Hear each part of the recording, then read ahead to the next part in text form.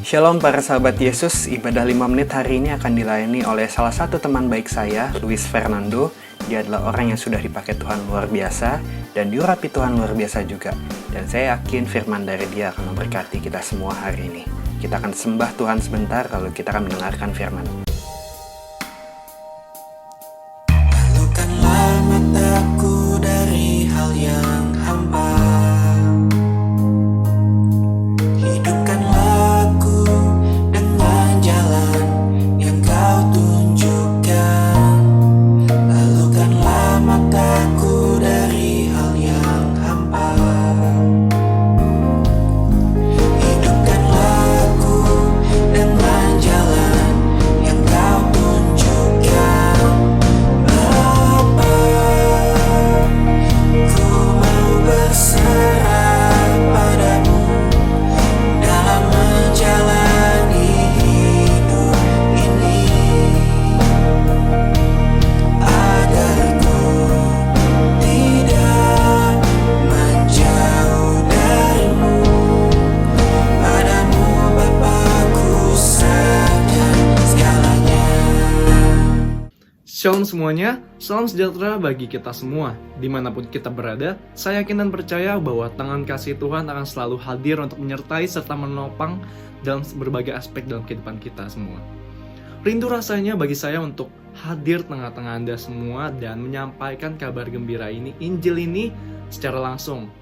Tapi pada saat ini kita harus tetap berjaga-jaga dan berwaspada untuk tidak menyebarkan kekhawatiran atau ketakutan dimanapun kita berada. Sehingga dalam masa-masa ini kita harus mengkarantinakan diri, dan it's okay, there is a reason in every season. Akan ada selalu rencana Tuhan di balik semua musim yang terjadi dalam hidup kita khususnya.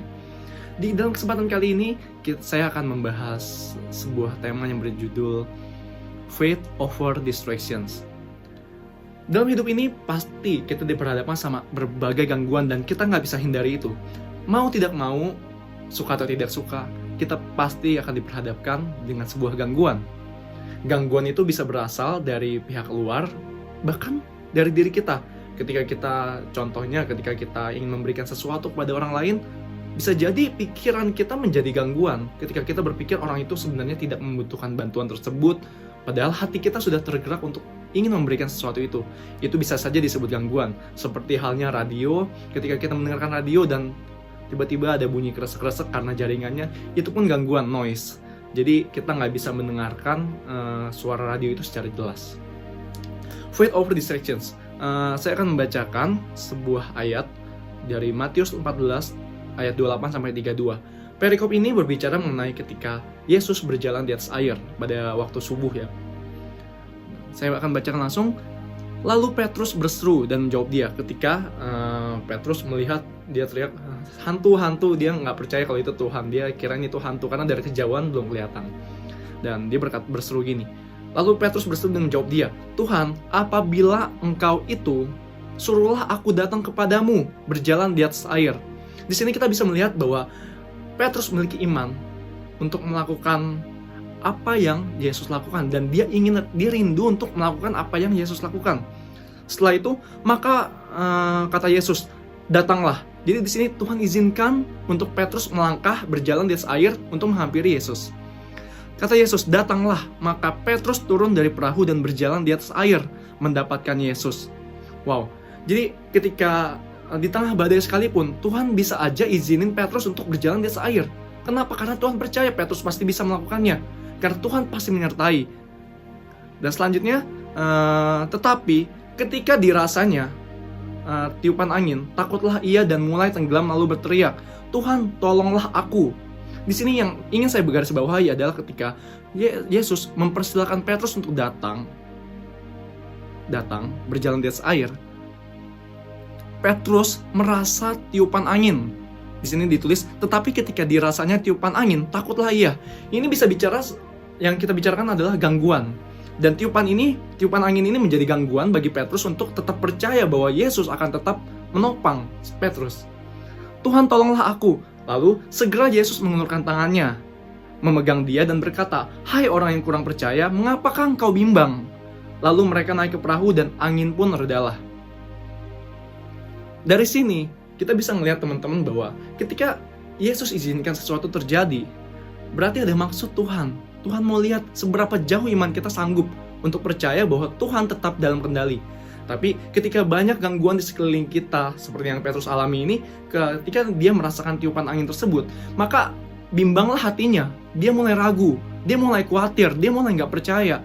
Makanya Tuhan di situ langsung menegur dia, dibilang, "Hai orang yang kurang percaya, mengapakah engkau bimbang?"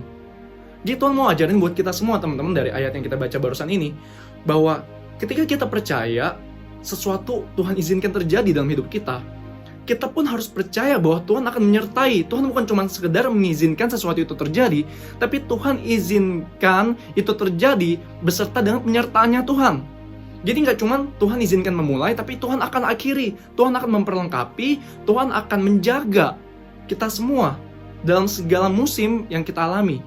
There is a reason in every season. Jadi Tuhan nggak bikin badai ini cuma sekedar kayak iseng-iseng aja. Tuhan mau lihat seberapa percaya Petrus terhadap penyertaan Tuhan. Begitu juga dengan kita teman-teman. Ketika kita menghadapi berbagai gangguan, mungkin yang tadinya kita beraktivitas, kita bisa kerja, kita bisa kuliah dengan normal, dan beberapa waktu belakangan ini kita tiba-tiba culture shock, kita mulai,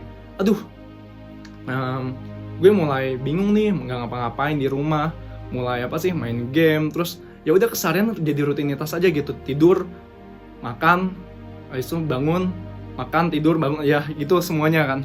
Nah, jadi Tuhan mau ajarin kita di sini bahwa masih gak sih kita bisa percaya sama Tuhan meskipun banyak gangguan di luar sana, bahkan dari diri kita sendiri ada gangguan-gangguan itu, bisa gak sih kita tetap pegang iman dengan teguh di tengah-tengah gangguan yang ada.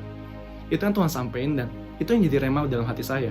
Ketika kita menghadapi yang baru-baru ini kita hadapin, saya diingatin kembali, ketika Tuhan izinkan terjadi, berarti ada sesuatu yang Tuhan mau terjadi dalam hidup kita, bukan untuk mendatangkan kecelakaan bagi kita, tapi untuk membuat kita semakin lebih intim lagi, semakin lebih maju lagi bersama dengan Tuhan. Firman Tuhan ada bilang gini, bahkan sehelai rambut pun gak akan bisa jatuh tanpa seizin Tuhan. Ya toh?